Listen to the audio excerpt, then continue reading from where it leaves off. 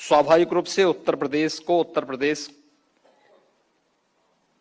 के बारे में आदरणीय प्रधानमंत्री जी ने हेल्थ केयर से संबंधित इस कॉन्फ्रेंस को EI इन हेल्थ केयर, उससे संबंधित हेल्थ केयर से संबंधित इस EI कॉन्फ्रेंस को उत्तर प्रदेश यहां लीड कर रहा है। मैं आदरणीय प्रधानमंत्री जी को इस विजन के लिए और उत्तर प्रदेश को इसके लिए चयन करने के लिए, इस कॉन्फ्रेंस के लिए हृदय से आभार भी व्यक्त करता हूं।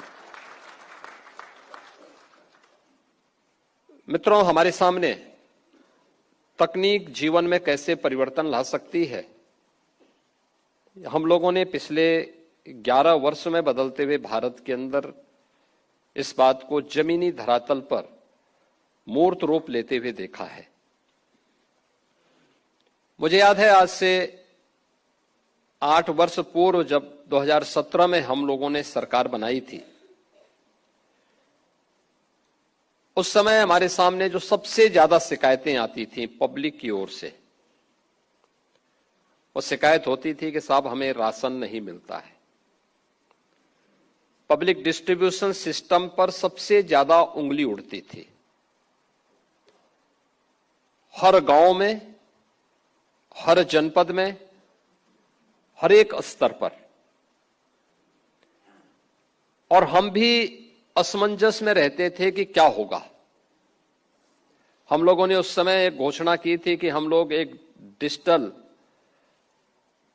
कार्ड जारी करेंगे और इस डिजिटल कार्ड के माध्यम से फिर हम लोग प्रदेश के अंदर इस पूरे सिस्टम में आमूलचूल परिवर्तन लाने का काम करेंगे। और मैं धन्यवाद दूंगा कि उस समय जब हम लोगों ने 2017 में कार्य करना प्रारंभ किया था, तो आप इसी से अनुमान लगा सकते थे कितना चोरी होता था, और वो शिकायत भी पब्लिक की ओर से जो थी वो बहुत जायज भी थी। 80,000 फेयर प्राइस शॉप यूपी के अंदर है, और मुख्यमंत्री बनने के पहले उस दुर्व्यवस्था को मैंने बहुत नजदीक से देखा था। मैंने उस समय तत्कालीन जो हमारे चीफ सेक्रेटरी थे, पुलिस के सीनियर जो ऑफिसर्स थे, उन सबको मैंने एक साथ बुलाया था। फूड एंड सिविल सप्लाईज से जुड़े हुए अधिकारियों को भी बुलाया था, और एक साथ हमने एक प्लानिंग के तहत 80,000 फेयर प्राइस शॉप पर छापेमारी करवाई थी।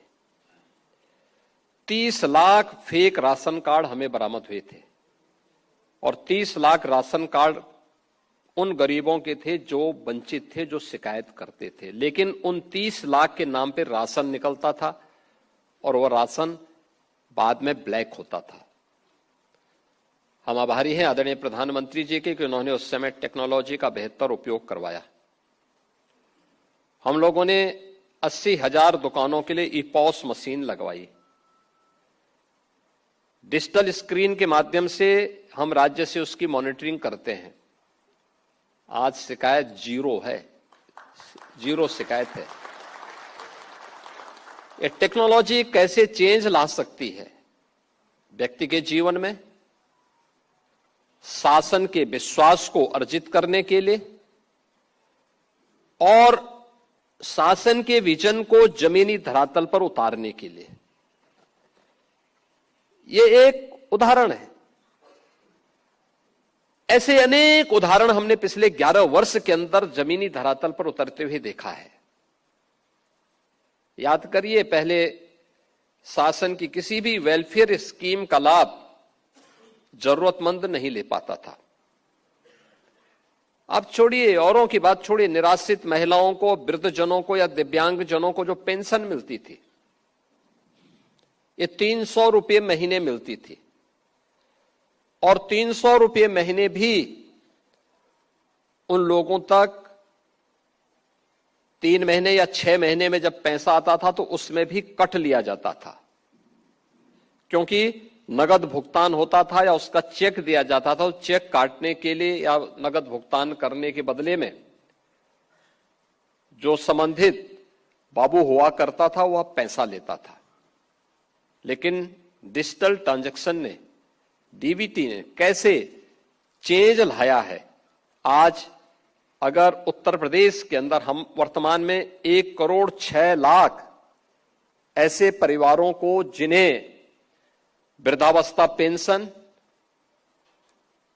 निराश्रित महिला पेंशन या दिव्यांगजन पेंशन का लाभ दे रहे हैं, 12,000 रुपए सालाना दे रहे हैं और हर तीसरे महीने हम लोग यहां डीबीटी के माध्यम से एक क्लिक से उन सबके अकाउंट में पैसा भेज देते हैं। जनधन अकाउंट ने,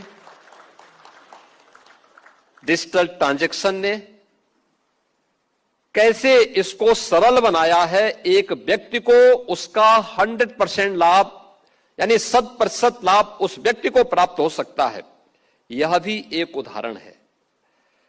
यानी तकनीक आपके काम को आसान भी कर लेता है।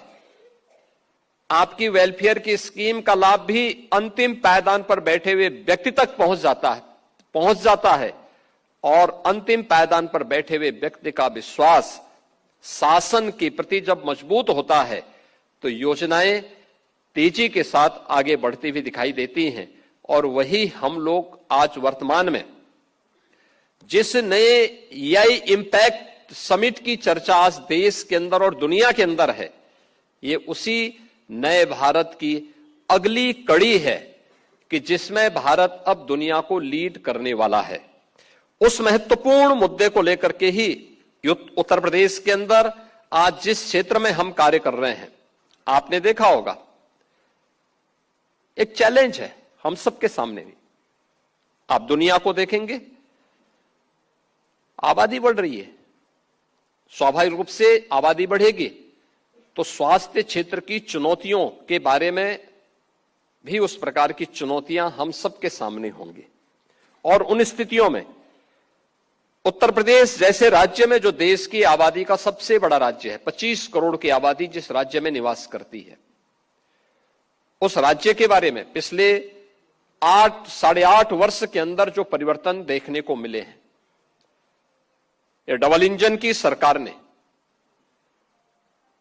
नीति स्पष्ट है, उन नीतियों को लागू करने के लिए दृढ़ इच्छा शक्ति है और उस साफ नियत के साथ जब हम लोग आगे बढ़ते हैं तो एक संवेदनशील, समयबद्ध और जवाबदेह और तकनीक पर आधारित स्वास्थ्य मॉडल आज काफी हद तक हम देने में उत्तर प्रदेश के अंदर सफल हुए हैं। अभी जब हमारे डिप्टी सीएम कह रहे थे, ब्रजेश पाठक जी यहां पे कह रहे थे कि 17 के पहले क्या स्थिति थी और आज हम कहां पर हैं।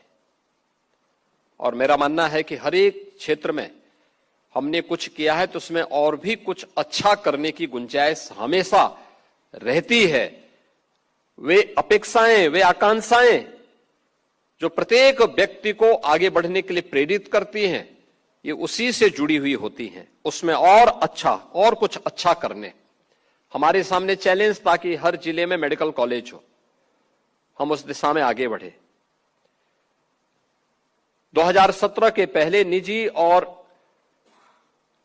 गवर्नमेंट के स्तर पर प्रदेश के अंदर कुल 40 मेडिकल कॉलेज संचालित हो पा रहे थे और आज हम लोगों ने इसकी संख्या बढ़ाकर के 81 की है। 81 मेडिकल कॉलेजेस यूपी के अंदर चल रहे हैं, 2 एम्स यूपी के अंदर संचालित हो रहे हैं। जब 2020 में कोविड आया था, कोविड-19 के समय उत्तर प्रदेश के अंदर 36 जनपद ऐसे थे जिनमें आईसीयू का एक भी बेड नहीं था। आईसीयू नहीं होंगे तो मिनी आईसीयू भी नहीं होंगे। स्वाभाविक रूप से इससे आगे की स्थिति, डिजिटल एक्सरे की व्यवस्था भी नहीं थी, कलर डॉपलर की व्यवस्था भी नहीं थी, ब्लड बैंक भी नहीं थे, डायलिसिस की व्यवस्था नहीं थी, ऑक्सीजन प्लांट नहीं थे और अन्य क्रिटिकल केयर के लिए भी कोई बेहतर व्यवस्था यूपी के अंदर, लखनऊ को छोड़ दें तो अन्य जनपदों में नहीं थी।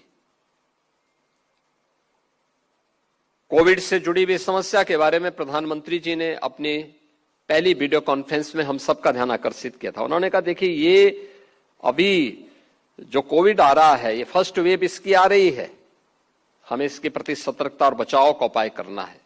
इसकी सेकंड वेव भी आएगी, याद करना आईसीयू की आवश्यकता पड़ेगी और ऑक्सीजन प्लांट की भी आवश्यकता पड़ेगी। अगर हम तैयारी कर सकते तो हमें तैयारी करनी चाहिए तत्काल। भारत सरकार ने सहयोग किया, राज्य सरकार ने अपने संसाधनों को खोला। परिणाम था कि हम लोगों ने सभी 75 जनपदों में आईसीयू बेड्स बढ़ाए। हमने लखनऊ के अपने 3 जो महत्वपूर्ण हेल्थ केयर के सेंटर थे, एसजीपीजीआई, केजीएमयू और आरएमएल को इसके लिए तैयार किया कि ये लोग यहां पे हर जनपद से जुड़े हुए, क्रिटिकल केयर से जुड़े हुए उन जो भी वहां के चिकित्सक हैं उनको यहां पे ट्रेन करें, मास्टर ट्रेनर तैयार करें। जनपद के लिए तैयार हो जाएंगे वे लोग, जनपद की टीम को फिर से वहां पे ट्रेनिंग देंगे और ट्रेनिंग के कार्यक्रम भी उस दौरान हम साथ साथ चलाते रहे। लेकिन साथ साथ हम लोगों ने उस समय वर्चुअल आईसीयू भी संचालित हो सकते हैं, लेकिन वह तब जब जिस क्षेत्र के लिए आप इसको जारी कर रहे हैं वहां पे कोई ट्रेन मैन पावर खड़ा हो, उसके साथ उस प्रकार की टीम हो जो मानसिक रूप से उसके लिए तैयार हो। और वर्चुअल आईसीयू हम लोगों ने कोविड कालखंड में सफलतापूर्वक प्रदेश के अंदर संचालित किए। आज हमारे पास ये सभी प्रकार की सुविधाएं हर जनपद में मौजूद हैं। डायलिसिस की सुविधा भी हर जनपद में मौजूद है, ब्लड बैंक भी हर जनपद में मौजूद है, कलर डॉपलर और अन्य हर प्रकार की वे सुविधाएं हमारे पास यहां पर मौजूद हैं।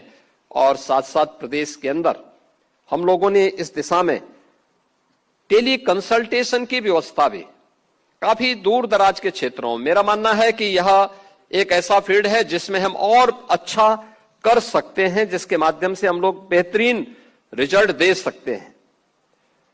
और उसी रिजल्ट को देखते हुए उत्तर प्रदेश सरकार ने आज इस दिशा में कुछ नए कदम उठाने प्रारंभ किए हैं, जिस दिशा में मैं ध्यान आपका आकर्षित करना चाहूंगा। खासतौर पर हम लोगों ने जो आज प्रदेश के अंदर कदम उठाए, यानी कोई कल्पना नहीं करेगा कि अगर हमारे पास तकनीक नहीं होती तो हम लोग उत्तर प्रदेश के जिन 75 में से 38 जनपदों में इंसेफ्लाइटिस से मौतें होती थी उसको नियंत्रित नहीं कर पाते।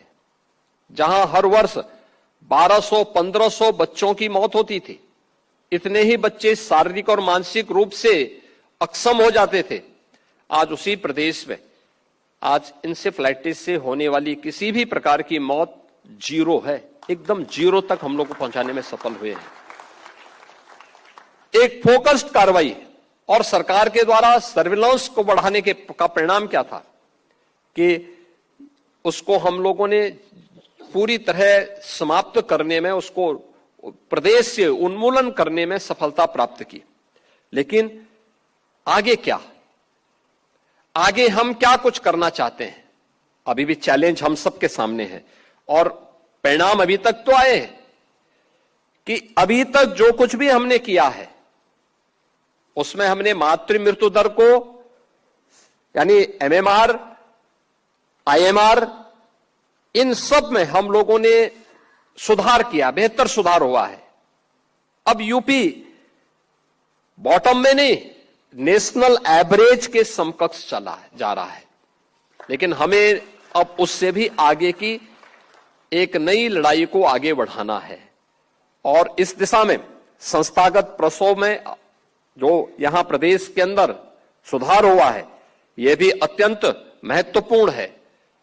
वे तमाम नेशनल प्रोग्राम जो आदरणीय प्रधानमंत्री जी के विजन से आज तेजी के साथ आगे बढ़े हैं, ट्यूबरक्लोसिस के उन्मूलन को, ट्यूबरक्लोसिस मुक्त भारत के लिए, प्रदेश में पोषण मिशन को प्रभावी ढंग से आगे बढ़ाने के लिए, निक्षय यानी टीबी नियंत्रण के लिए निक्षय और एआई टूल से रोगियों और जोखिम क्षेत्रों की पहचान, जो ट्यूबरक्लोसिस के उन्मूलन की दिशा में एआई टूल का इस्तेमाल करते हुए जोखिम भरे हुए उन रोगियों को पहचान करने में मदद करना, कमजोर मोहल्लों का उनको इंडिकेट करना, उनके उपचार और उससे संबंधित जो भी अन्य हमारे आउटरीच हैं उन सब को समयबद्ध तरीके से आगे बढ़ाना, यह हम सब उस दिशा में तेजी के साथ आगे बढ़े हैं। और आज इस दिशा में जो प्रदेश सरकार ने इस दिशा में जो कार्य प्रारंभ किए हैं यह आप सबके सामने है। खासतौर पर हम लोगों ने प्रदेश के अंदर, चाहे वह कोविड-19 के दौरान किए गए कार्य रहे हों, वह भी हम सबके सामने है। मेरा मानना है कि एआई का इस्तेमाल आज हमारे लिए यह रिएक्टिव से बजाय प्रोएक्टिव अप्रोच में यह अत्यंत महत्वपूर्ण भूमिका का निर्वहन कर सकता है और उस दिशा में सरकार के द्वारा अभी से स्वास्थ्य सेवाओं को केवल दक्षता नहीं बल्कि उसका पूर्वानुमान होना, उसके पैटर्न की पहचान करना, सेवा के विस्तार की दिशा में एक सशक्त माध्यम भी उसको बनाना, और यह हम लोग उस दिशा में आगे बढ़ रहे हैं। लर्निंग हेल्थ सिस्टम की ओर आज हम निरंतर सीखने वाली प्रणाली आज एआई बन गई है और डेटा से फीडबैक लूप बनाकर बेहतर निर्णय लेना, क्योंकि अक्सर होता था, आज भी हम लोग देखते हैं और मैं अक्सर इस बात को कहता हूं, जब किसी हॉस्पिटल में पेशेंट आते हैं लेकिन उनके पास बीएसडी तैयार होती है, लेकिन अक्सर होता है वो मैनुअल सारा काम होता है, हम उस डाटा को सुरक्षित नहीं करते। और मैं अक्सर कहता हूं कि कोई क्षेत्र विशेष तो होगा जहां पे एक स्पेसिफिक बीमारी से जुड़े हुए ज्यादा मामले आ रहे हैं, जिससे हम कोई फोकस्ड कार्रवाई उस क्षेत्र विशेष के लिए कर सकें। लेकिन डाटा का अभाव हमेशा हमको इस से पीछे धकेलता है। अगर हम इस बेहतरीन एआई टूल का इस्तेमाल करते हुए उन सभी डाटा को कलेक्ट करके और फिर उस एक प्रोएक्टिव अप्रोच के साथ आगे बढ़े, मेरा यह मानना है कि जैसे इंसेफ्लाइटिस के प्रति हम लोगों की फोकस्ड कार्रवाई ने इंसेफ्लाइटिस से मुक्त करते हुए उत्तर प्रदेश के बचपन को बचाने में सफलता प्राप्त की है, जैसे तमाम वेक्टर बॉर्न डिजीज को नियंत्रित करने में हम लोगों ने सफलता प्राप्त की है, ऐसे ही अन्य बीमारियों के उपचार के लिए भी इससे पहले कि वह महामारी के रूप में हमारे सामने एक संकट खड़ा करे, हम उसको नियंत्रित कर सकते हैं, उस पर हमारा कार्य हो सकता है। और इस दिशा में आज उत्तर प्रदेश सरकार ने डेटा से फीडबैक लूप बनाकर बेहतर निर्णय, बेहतर नीति और बेहतर परिणाम यह सुनिश्चित करने की दिशा में हम लोग आगे बढ़े हैं। ये डबल इंजन सरकार आज डबल स्पीड से, स्किल और स्किल से स्पीड तक की अपनी एक नई यात्रा के साथ आगे बढ़ रही है। और इसमें हम लोगों ने उत्तर प्रदेश के अंदर टाटा टेक्नोलॉजीज के साथ, सैमसंग के साथ उन्नत स्किलिंग कार्यक्रम के साथ अपने यूपी के युवाओं की स्किलिंग के लिए हम लोगों ने अपने कार्यक्रम आगे बढ़ाने प्रारंभ किए हैं। इसमें आज मुझे प्रसन्नता है बताते हुए कि उत्तर प्रदेश इस दिशा में एक नई यात्रा आदरणीय प्रधानमंत्री जी की प्रेरणा से आगे बढ़ा चुका है, जिसमें 7 centre of excellence Uttar Pradesh के अंदर आज विकसित हो रहे हैं, जिसमें उत्तर प्रदेश में मेडिकल डिवाइस पार्क और फार्मा पार्क का निर्माण का कार्य युद्ध स्तर पर आगे बढ़ा है। एसजीपीजीआई लखनऊ में MedTech centre of excellence, Gautam Buddh Nagar में आईआईटी कानपुर एवं फिक्की द्वारा artificial intelligence and innovation driven entrepreneurship centre of excellence का निर्माण का कार्य हो रहा है। आईआईटी कानपुर में सेंटर ऑफ एक्सीलेंस विकसित करने का काम भी यह प्रारंभ हो चुका है। लखनऊ को हम एआई सिटी के रूप में विकसित कर रहे हैं। ये लखनऊ, इस दिशा में हमने तमाम अपने अन्य सहयोगियों के साथ, इस फील्ड से जुड़े हुए स्टेक होल्डर्स के साथ हमारी कार्रवाई काफी आगे बढ़ चुकी है और लखनऊ एआई सिटी के रूप में विकसित होगा, यह तो हम लोग कार्य कर रहे हैं। साथ ही साथ उत्तर प्रदेश ने डाटा सेंटर इकोसिस्टम का निर्माण तेजी के साथ आगे बढ़ाया है। हमारे आईटी एंड इलेक्ट्रॉनिक्स के मंत्री इस दिशा में उन्होंने अपनी बातों को भी रखा है। पिछले 11 वर्ष के अंदर आदरणीय प्रधानमंत्री जी की प्रेरणा से और पिछले 8 वर्ष में डबल इंजन सरकार के प्रयासों का परिणाम है कि उत्तर प्रदेश आज देश के 55% मोबाइल फोन का मैन्युफैक्चरिंग का काम उत्तर प्रदेश कर रहा है। देश के अंदर इलेक्ट्रॉनिक्स कंपोनेंट का निर्माण 60% अकेले उत्तर प्रदेश के अंदर हो रहा है। और उत्तर प्रदेश आज यहां पे एआई का उपयोग मॉडर्न पुलिसिंग में बेहतर तरीके से भी इसको आगे बढ़ाने का काम हम लोग कर रहे हैं। और इसीलिए उत्तर प्रदेश सरकार ने तय किया है कि हम लोग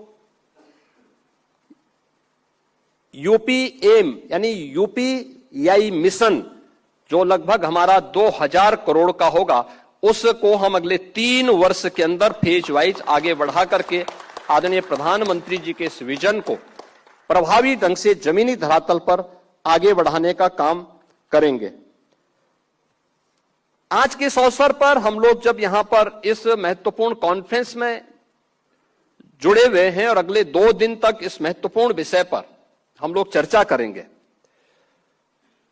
मैं अवश्य इस बारे में कहूंगा, एआई हमारे लिए सुविधा है, वह हमारे लिए सहायक बनेगा, हमारे कार्यों को आसान बनाएगा, हमारे अप्रोच को एक नई ऊंचाई प्रदान करने में योगदान देगा। लेकिन हम इस बात को अवश्य ध्यान में दें कि कोई भी तकनीक मानव द्वारा संचालित हो, मानव उसके द्वारा संचालित न हो, इस पर हमारा ध्यान जरूर होना चाहिए। हमें इस बात को जरूर ध्यान में रखना चाहिए कि उत्तर प्रदेश इस दिशा में वैश्विक शोध का, नवाचार का